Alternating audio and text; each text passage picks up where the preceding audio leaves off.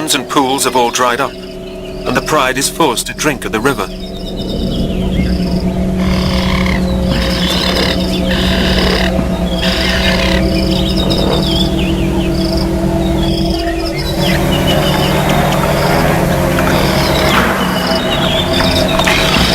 The shallow pool seems safe, but lions aren't the only masters of ambush.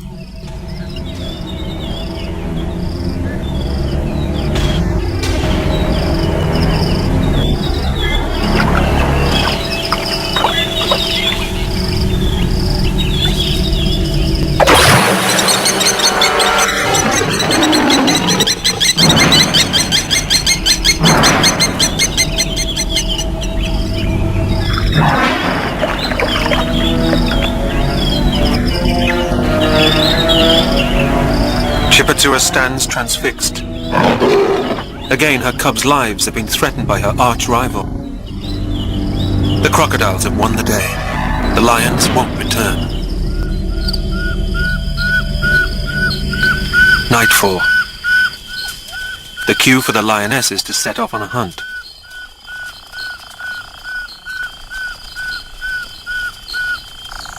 The cubs are too young to go. Chipatsua leaves with the hunters. So who's minding the cubs? The lazy sister.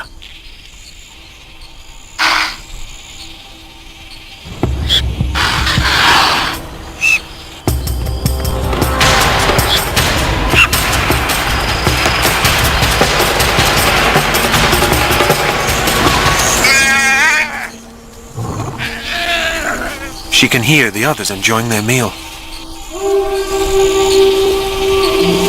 Her hunger gets the better of her, and she abandons her post. Katwiri sets off for the river, though Chimondo hesitates.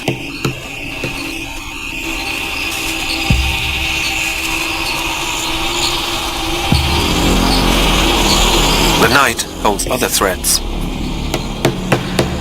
Hyenas and leopards wouldn't hesitate to kill the cubs. Katwiri is still thirsty from this morning, but seems reluctant to drink.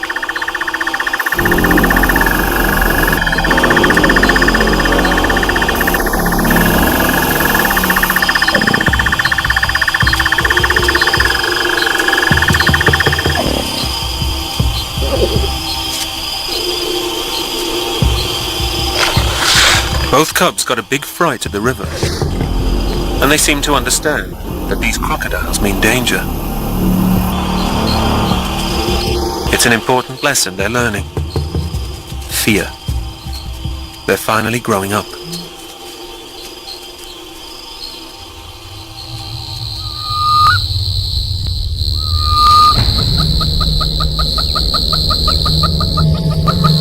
As weeks pass, the dry season bakes the valley.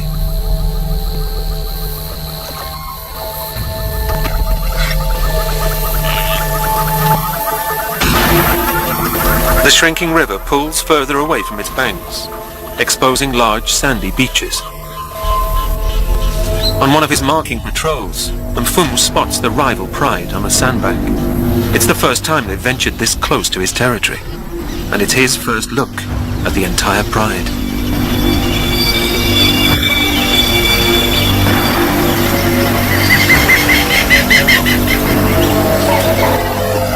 The river is still too deep to cross, and this border is safe, but not for long.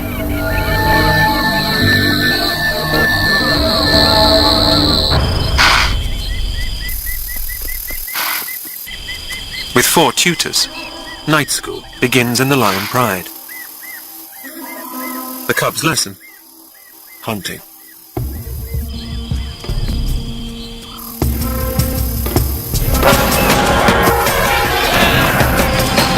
As a team, the sisters drive prey to ambush. It's a deadly lottery for the antelope.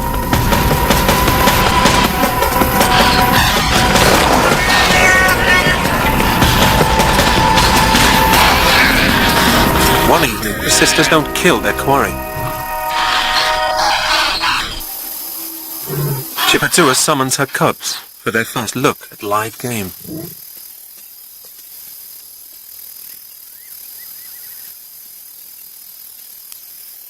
As always, Katswiri is bolder. But for once, she won't be first. Perhaps Mum wants Chimondo to lead for a change.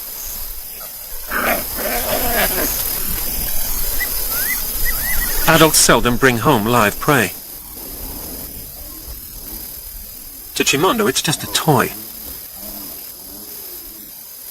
He's only 6 months old and won't hunt until he's nearly a year. Katswiri's not tentative and knows exactly what to do.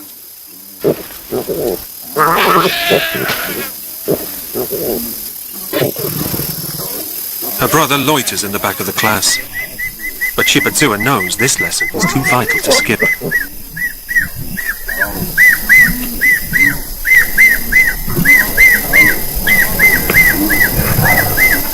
Lesson over, and the pride feasts together.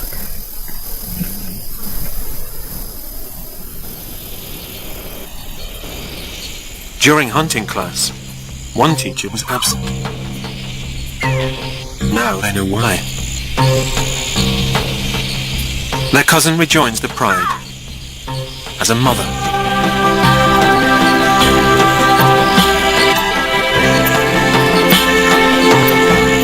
Though their father has a favorite, Mfumu mates with all his females. Chimondo and Katswiri were bound to have cousins.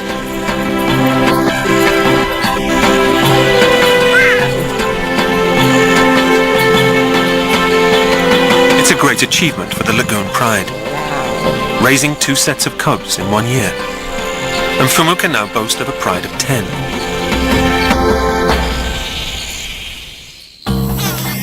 Summertime at Lion Lagoon, and the living is easy.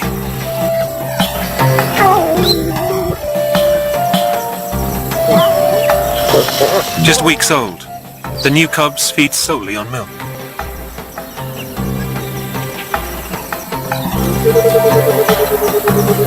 Katswiri and Chimondo practiced battle techniques.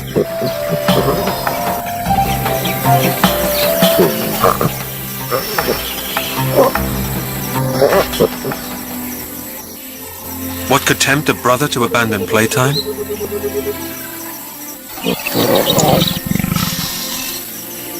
Mum.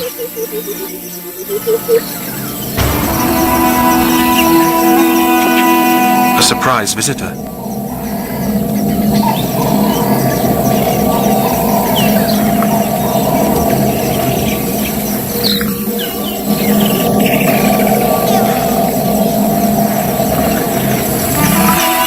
Buffaloes only journey to the river when the lagoons have all dried up. An opportunity for the lionesses.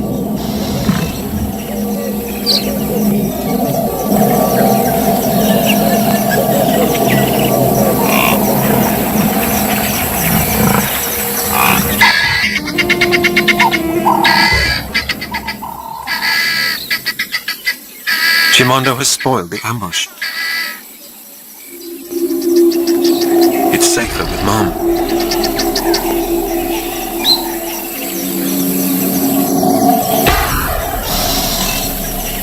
Another surprise. Who springs to life but the lazy sister?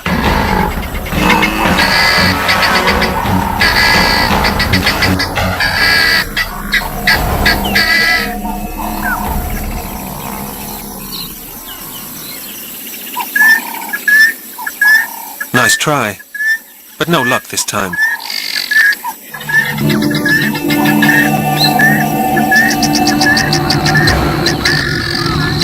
The Lagoon Pride will have to be patient. A herd of buffalo is like a fortress, but it has a weak point. Nightfall.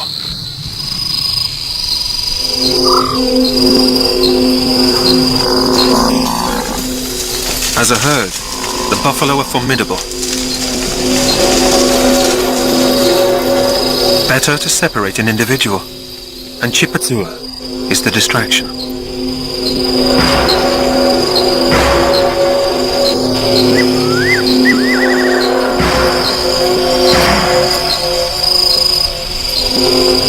Pride takes up the flanks.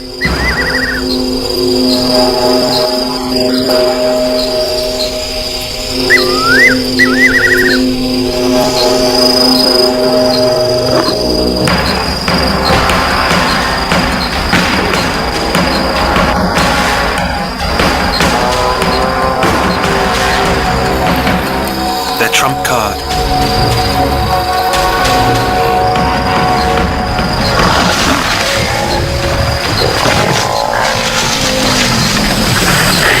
They need Mfumu's strength for a quick kill, to prevent injury. It's the height of the dry season, and vast areas of the valley floor are barren and lifeless. The clouds building overhead hold no promise of rain.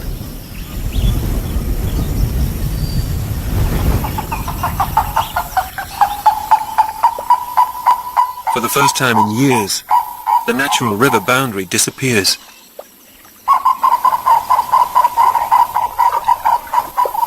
As some leave the Pride's territory, others enter.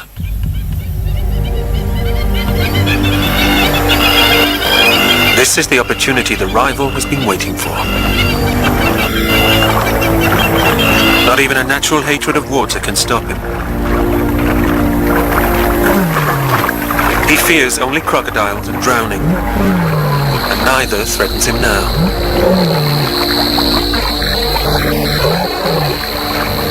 He cautiously announces his arrival. No answer.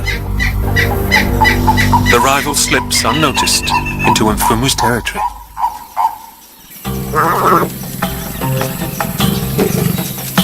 At Lion Lagoon, the rest of the Pride is getting to know the new cubs, but they're in peril.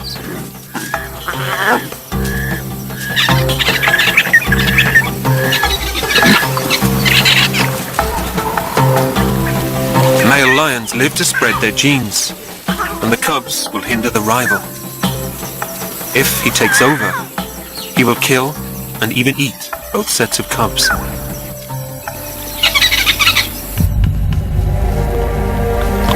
A scent on the ground attracts his attention. Dung from a bull hippo, laced with testosterone which he cannot resist.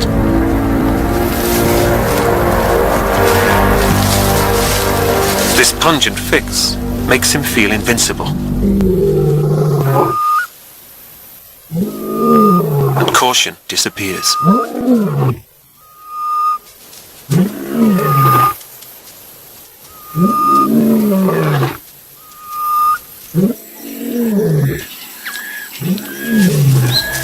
Every mother knows the sound of danger.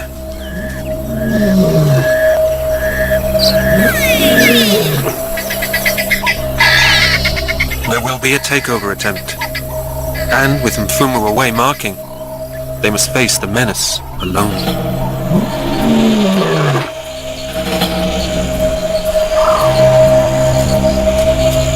Somewhere, the intruder lurks.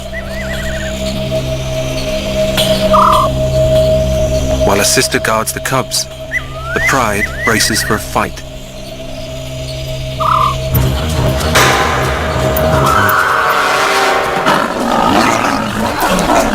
The babysitter turns the tide.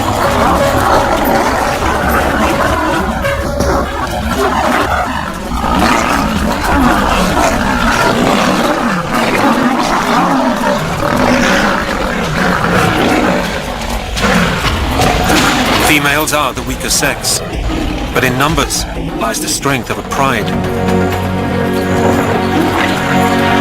Yet this battle isn't over.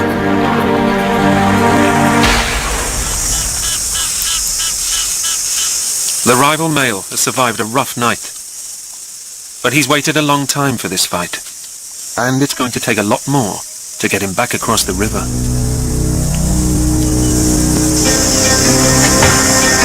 A new opponent, and Mfumu is back.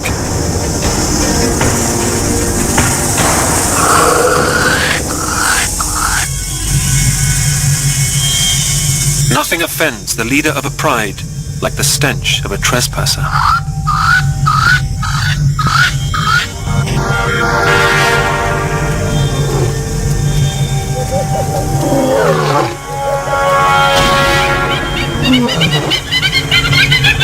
When Mfumu arrives on the bank, the rival has already started to cross. He's too bruised to go another round. But Mfumu is not taking any chances. The rival must never return. A show of force now could prevent a fight later.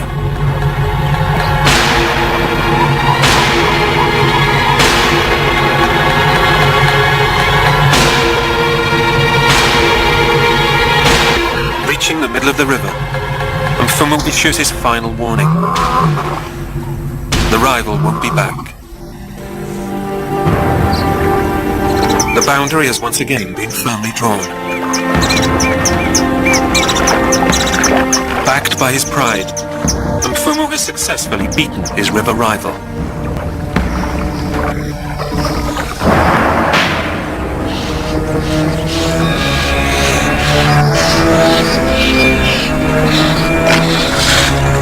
Chipatsua has made a conquest of her own, over her worst fear.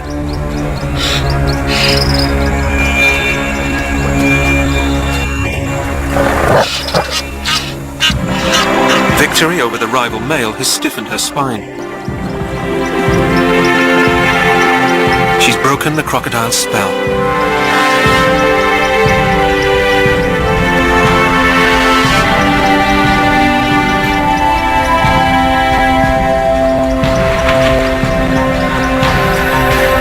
Mfumu and Chipatsua have a lot to be proud of.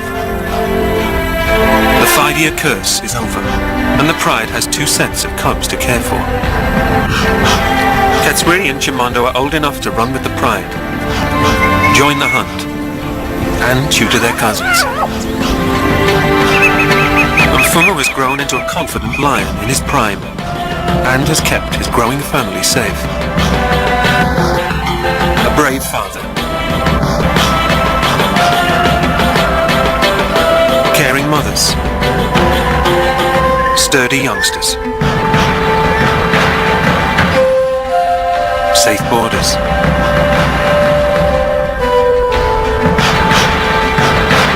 Is this any place to raise a family? Where else?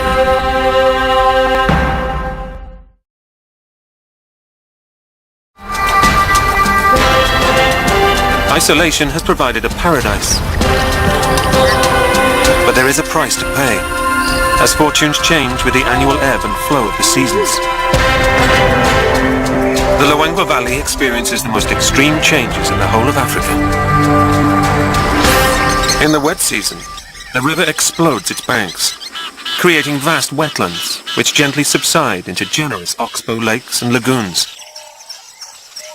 It's an Eden for grazers and waterborne predators.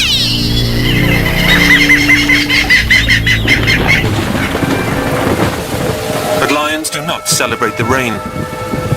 Floodwater slows their access to food and can be fatal for young cubs. Come the dry season, the lions gain the upper hand.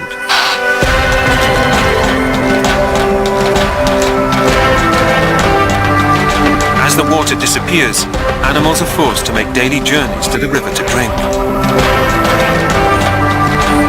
Most commute along dried-up lagoons, a route closely watched.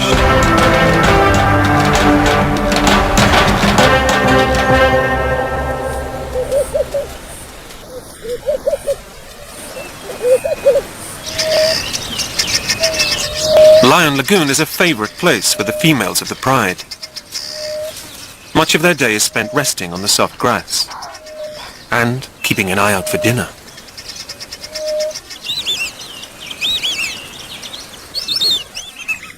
Resting is a luxury Mfumu can't afford. With ownership comes responsibility. It's his duty to protect his lionesses and guard their territory. To keep it means endless work. Up to 16 kilometers a day patrolling and marking turf.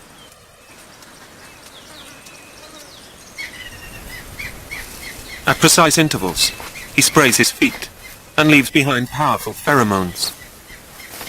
No entry beacons to rival males.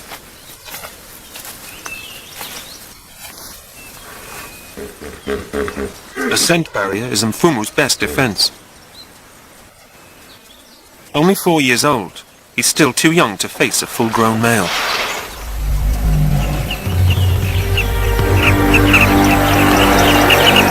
This weakness has not been overlooked by the rival across the river.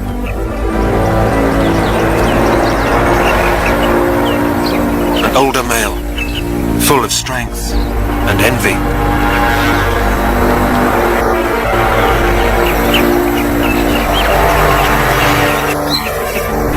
Mfumu would likely lose if he had to fight.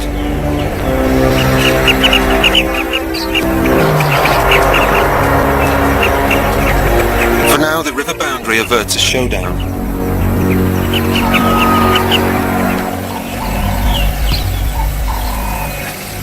Mfumu resumes his patrol. Every animal within an 8-kilometer radius hears his claim.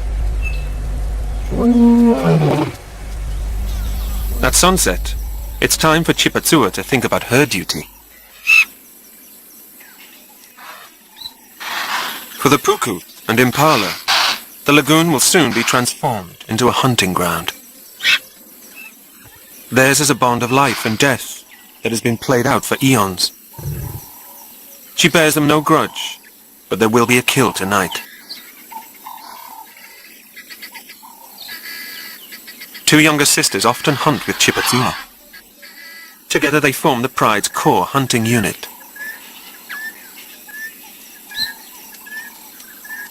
They know the drill, scout the terrain, and assess the best spot for an ambush.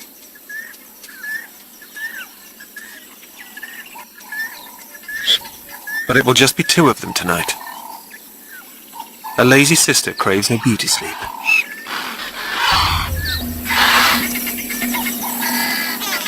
The dutiful sister targets a puku.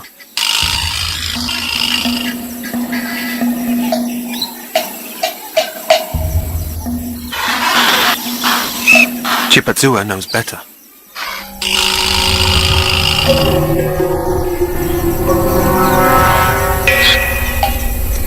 They must wait for the cover of darkness to outwit these agile antelope.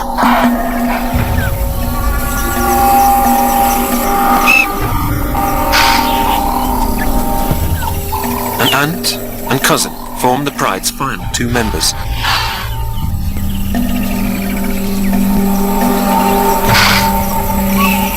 This mother-daughter team sometimes shares the Pride's kill, but they prefer to keep to themselves and hunt on their own.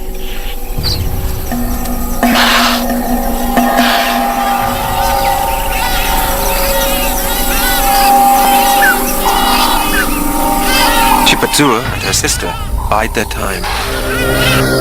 Pursuit is futile. Puku can outrun a lion. Come sundown, excellent night vision will swing the balance in the lioness's favor. It's a waiting game for the puku.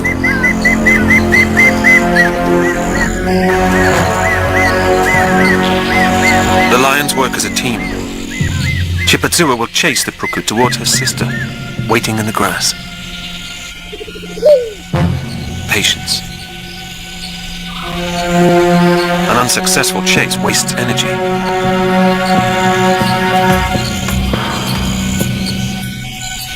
The trap is set.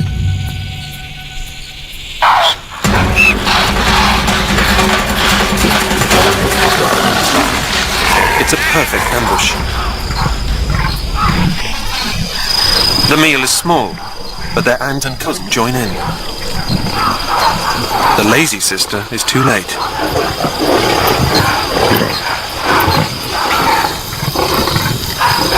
With no cubs, Chipatsua can be a full-time provider for the Pride. And her mate. But Mfumu will not dine tonight. His rivals remain a threat, and an empty belly is a small price to pay.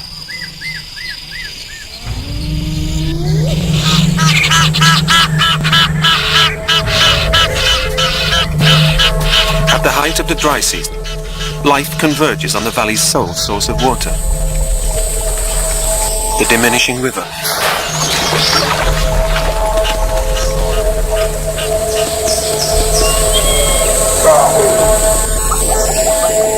But relief is coming. The wet season is on its way.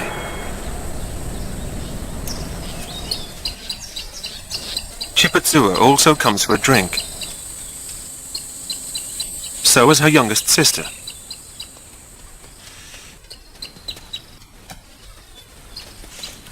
The repeated head-rubbing and mock fighting reaffirms their pride membership and their bond as sisters.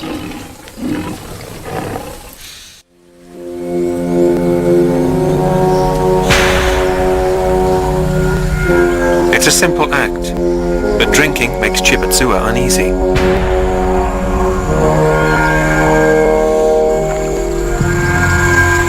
These waters belong to the crocodiles.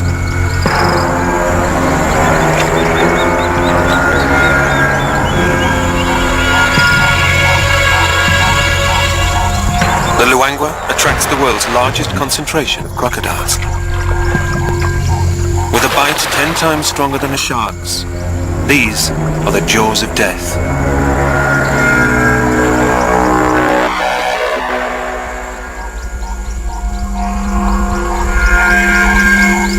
Even when the crocodile is long gone, Chipatsua takes her time.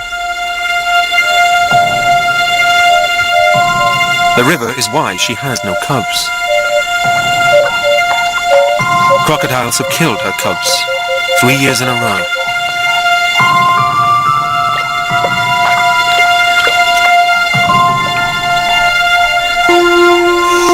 This morning, nature will give Chipatsua another chance.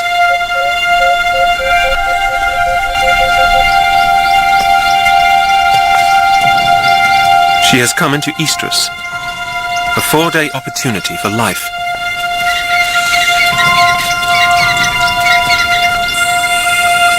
Once more, she and the Mfumu contrive for cubs.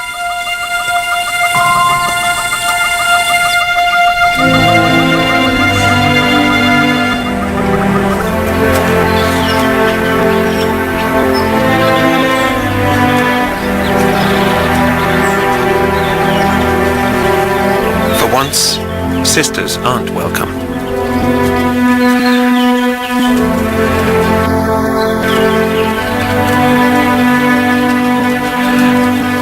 Chipatsua is truly irresistible.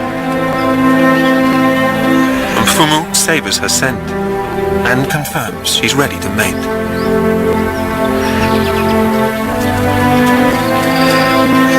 Most females would slap and snarl, but they've shared too much of ritual aggression. Merely a love bite.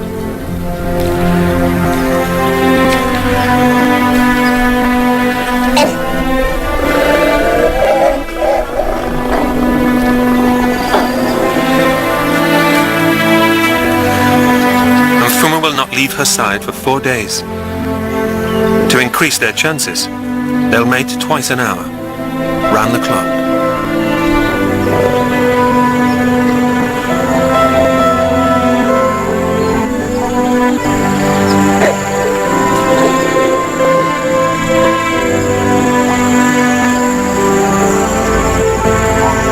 Once, they glimpse the rival pride across the river, but their focus is the future of the pride. Even in these parched conditions, the river is high enough to protect them. The threat of invasion will subside when the wet season arrives. But another threat will emerge.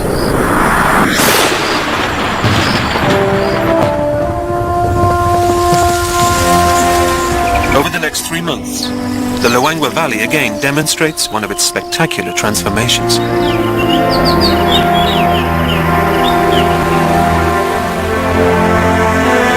Lion Lagoon swaps its dusty brown desert for an abundant lake.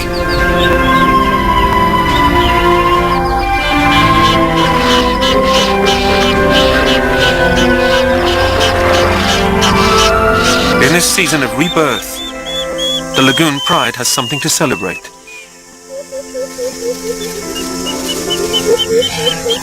Two cubs, a typical litter.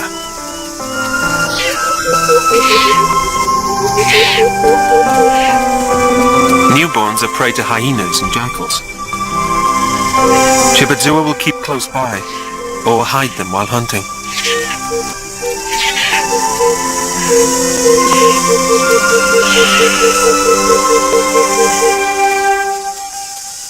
Mfumu is aware of the birth, but will not take an interest until the cubs are old enough to join the pride, if they live. Only one newborn in 4 survives the wet season.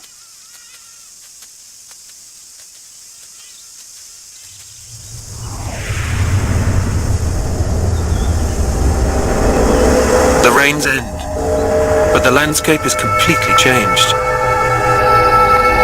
Pathways vanish.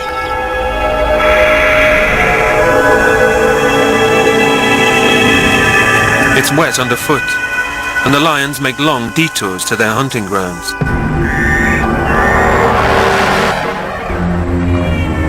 Other predators welcome change. Their once narrow habitat now engulfs the land. They can look forward to many new opportunities.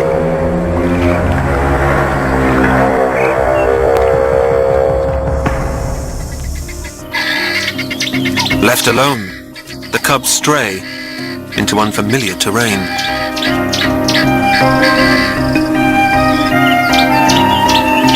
Lions are born to explore, but curiosity can kill a cat.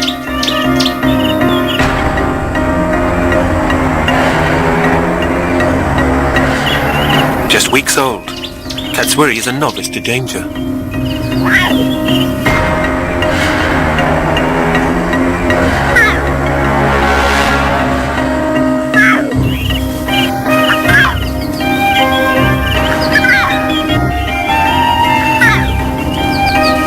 Her timid brother, Chimondo, at last joins her, and Katswiri leads the way into peril.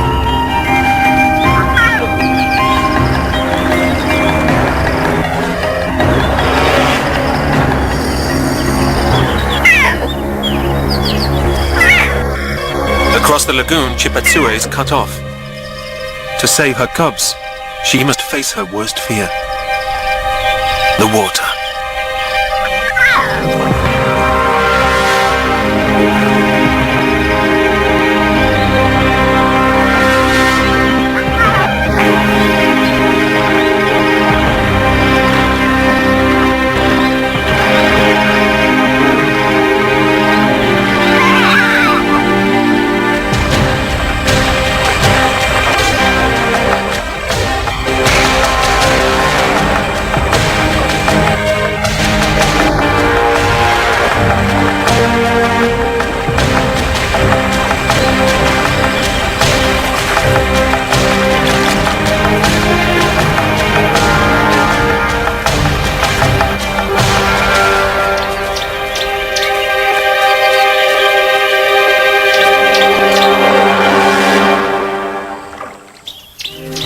Suddenly a familiar sound, and mother and cubs are reunited.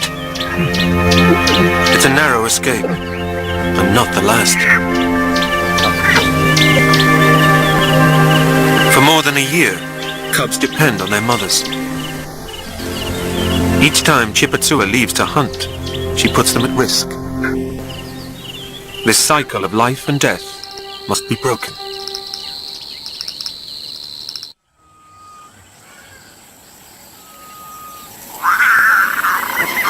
The cubs reach a milestone. After 6 weeks, they're strong enough to keep up with their mother. Finding another den might keep them safe for a while, but instinct is guiding Chipatsua in another direction.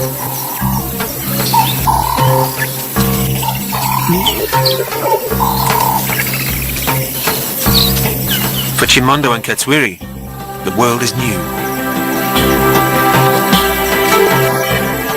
Katswiri means the clever one.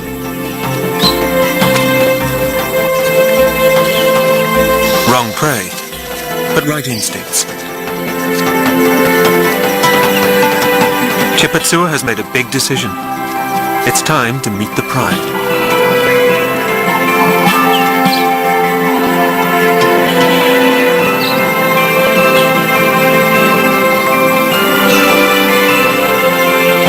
The cubs are left alone to make a good impression. They seek one member's approval above all.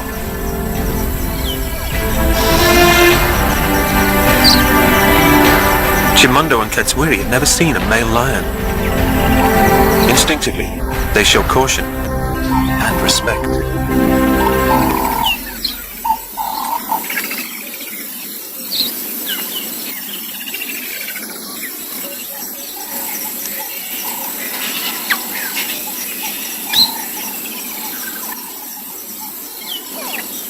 Mfumu gets his first look at his cubs. But as their father, he won't show affection. His tolerance indicates their acceptance as full members of the pride.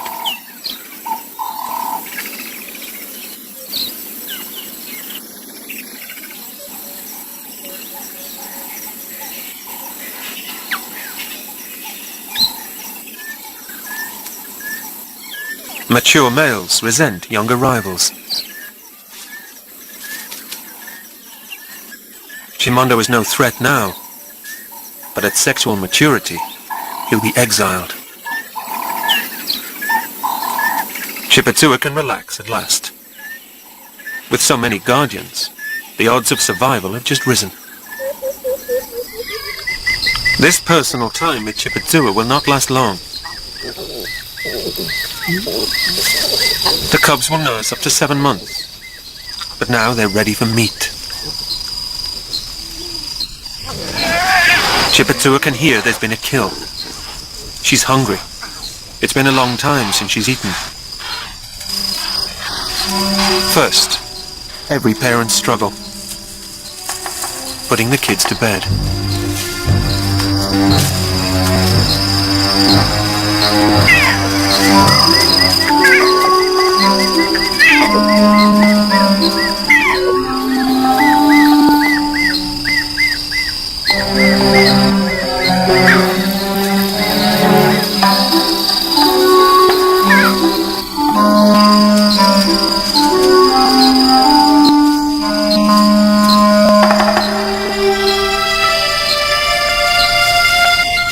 Chimondo finally surrenders.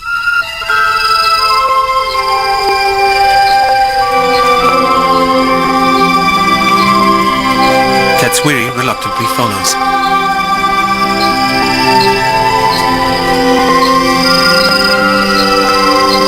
Now, a midnight snack.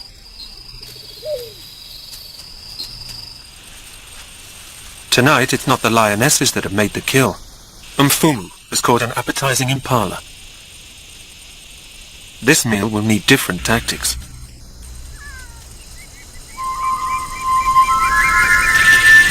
Seldom does a male surrender a meal to a mate.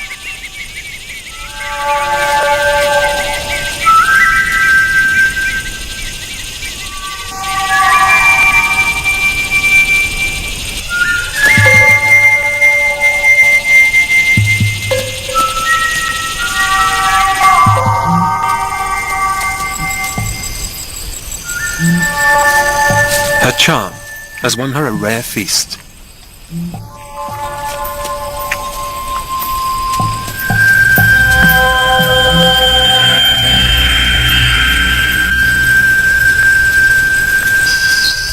Back home, Chipatsua is greeted with an empty den.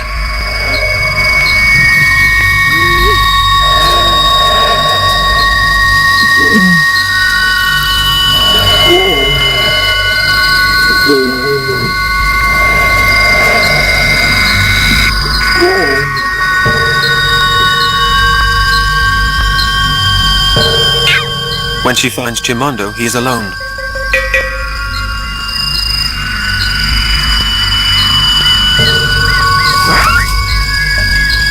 From his scent, she can tell he's unharmed.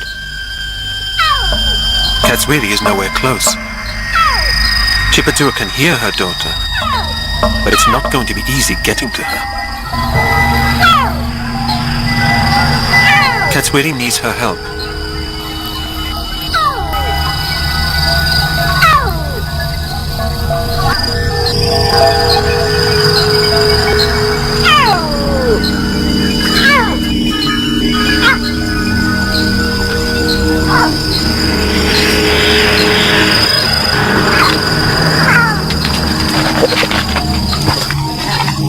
It's not a graceful rescue, but Katswiri is down.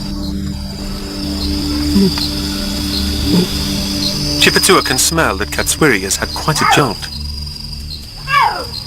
Katswiri is a bit dazed and wobbly on her feet. But Chipatua moves them back to the den. The evening could have ended in tragedy. Chipatua must do a lot more to protect her cubs.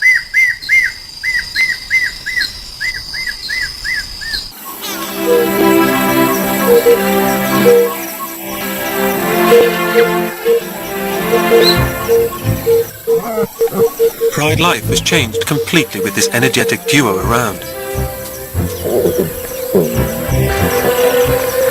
The cubs brim with energy, and now with character. Katswiri never sits still, always after the next adventure, eager to learn and experience more. Chimondo is a mama's boy.